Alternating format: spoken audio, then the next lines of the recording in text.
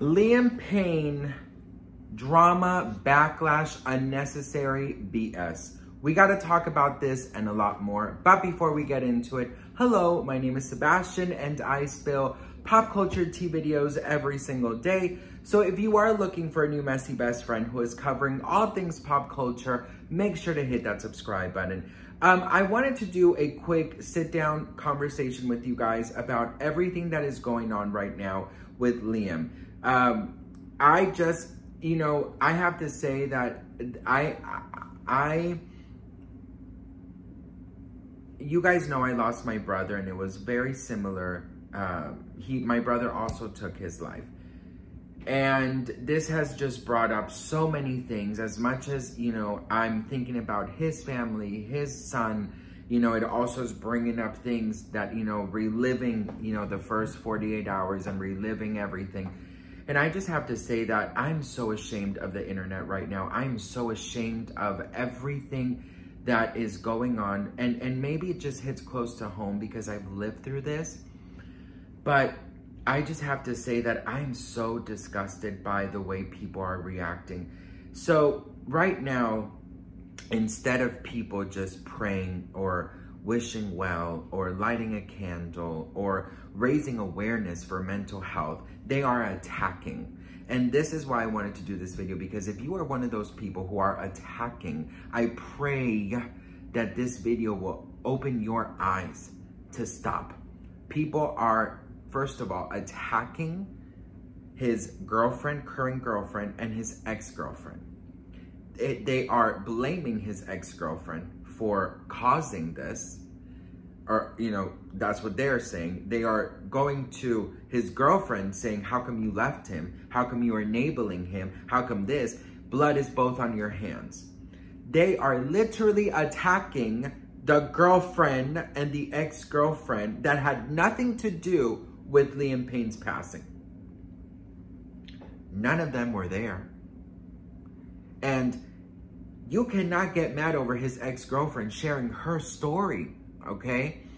So not only are they getting hate, but Harry Styles is getting hate. Harry Styles is getting hate over his statement, saying that it's ChatGPT, saying that it's cold, saying that whatever. People are bringing up so much nonsense that it's so insane. Louis was spotted here in Los Angeles having a moment with his sister who is about to give birth, and he is smiling. And people are going nuts over this, saying that how could he be smiling? He should be devastated, this and that.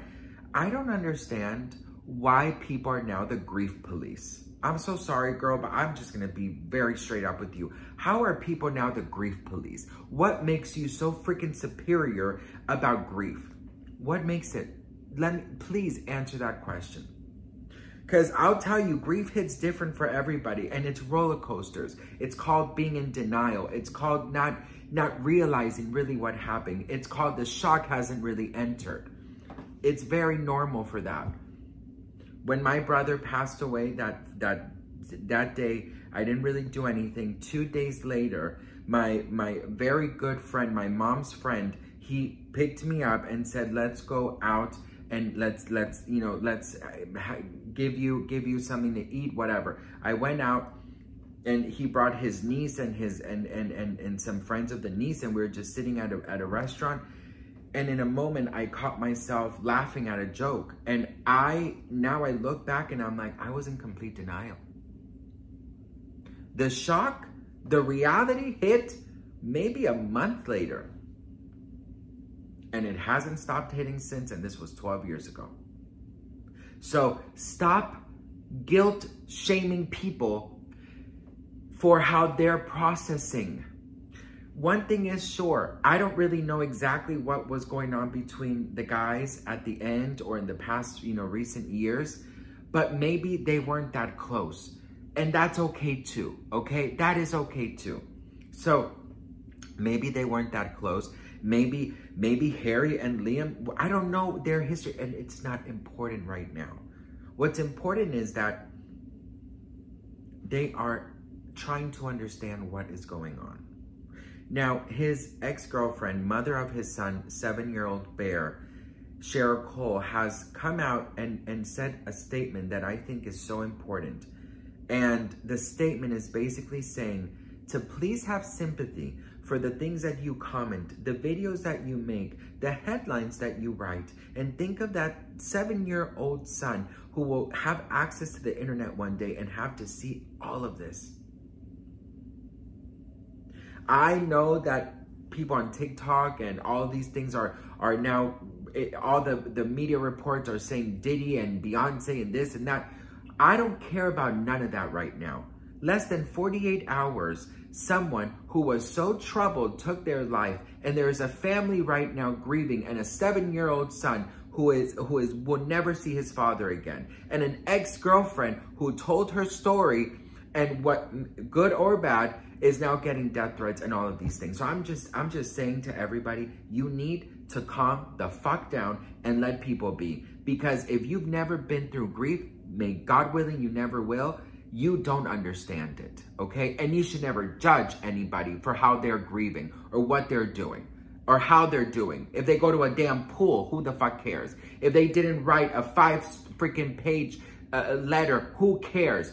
They don't owe the public nothing. Maybe, yes, thank you so much for buying the albums and streaming and going to our concerts, but they don't owe their grief to you. How entitled are people? Fuck off. I'm so sorry, but seriously, kindly fuck off. Like, who are you? What makes you think that you could be the fucking, you know, master of grief or whatever, dictator of grief? Who knows? Stop.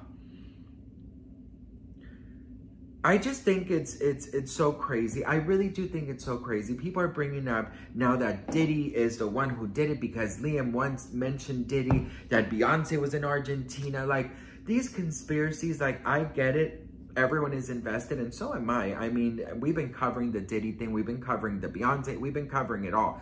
But, I mean, it's less than 48 hours that this person passed away. Like, can we give them a week until they bury their son? Do you know what I mean?